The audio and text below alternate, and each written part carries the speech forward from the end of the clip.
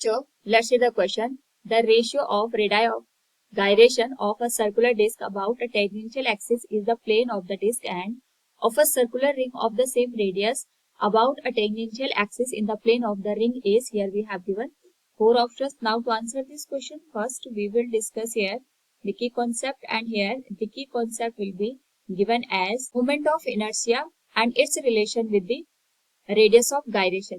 तो अगर मैं सबसे पहले बात करूं मोमेंट ऑफ इनर्शिया की, तो ये हमारे पास गिवन होता है summation of m into r square. Basically जो हमारे पास यहाँ पे कोई भी सिस्टम होता है उसको हम n नंबर ऑफ पार्टिकल से मिलके कंसिडर करते हैं। अगर ये यहाँ पे रोटेशनल मोशन कर रहा है, तो अगर मैं फिजिकली मोमेंट ऑफ इनर्शिया को अंडरस्टैंड करूँ, तो हमारे पास यहाँ पे कोई भी ऑब्जेक्ट है, ये अपनी इनिशियल स्टेट में रहना चाहता है, और ये अगर हम इसको रेस्ट से रोटेशन की कंडीशन में लेके आते हैं या रोटेशन से रेस्ट की कंडीशन में लेके आते हैं, उस पर्टिकुलर केस में ये अपनी स्टेट में चेंज होने का अपोज करता है। इसी को हम यहाँ पे मोमेंट ऑफ इनर्शिया का नाम देते हैं। इसको मैथमेटिकली हम जितने भी पार्टिकल्स हैं उनके मासेस का मल्टीप्लिकेशन करते हैं एक्सिस ऑफ रोटेशन से, जो पार्टिकल की डिस्टेंस होती है उसके स्क्वायर के साथ। तो जो हमारे पास यहाँ पे जो सम निकल के आता है उसे मोमेंट ऑफ इनर्शिया का नाम देते हैं।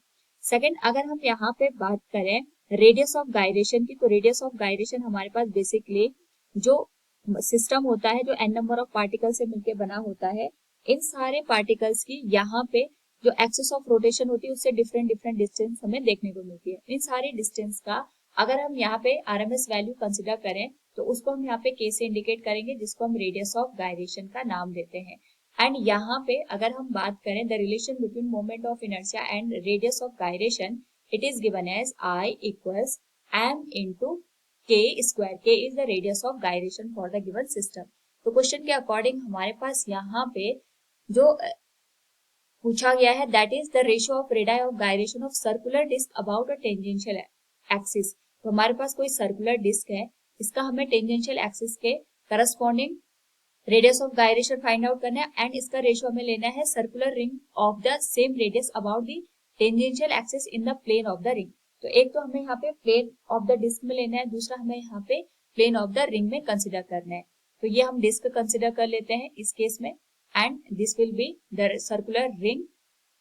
तो सबसे पहले अगर हम बात करें यहाँ पे जो हमारे पास मोमेंट ऑफ इनर्शिया होता है डिस्क का, that is given as 5/4 m into r square.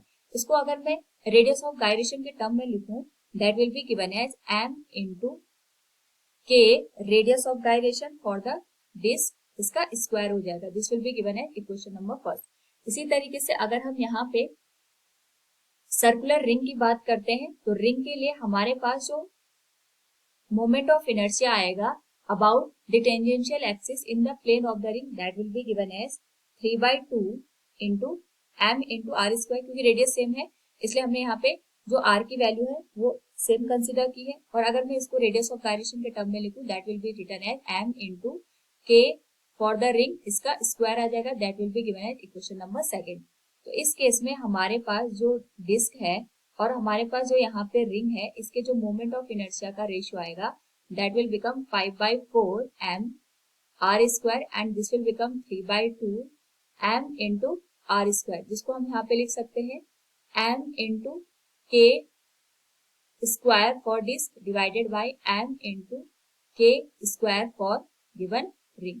Similar term हमारे पास कैंसिल हो जाएंगे यहाँ पे, क्योंकि हमसे यहाँ पे क्वेश्चन में जो डिस्क है और जो रिंग है इसका रेडियस ऑफ गायरेशन का रेशियो पूछा गया है। तो यहाँ पे हम लिख लेंगे जो हमारे पास रेडियस ऑफ गायरेशन है फॉर द डिस्क एंड जो हमारे पास रेडियस ऑफ गायरेशन है for the ring, that will be given as 5/4 into 2/3।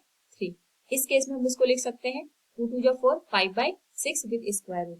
So from the given question we can say here the ratio of radii of gyration of circular disc about a tangential axis in the plane of the disc and of the circular ring of the same radius about a tangential axis in the plane of the ring will be square root of 5 ratio square root of 6. Option C will be the right answer. Hope all you understood it. Thank you and best of luck.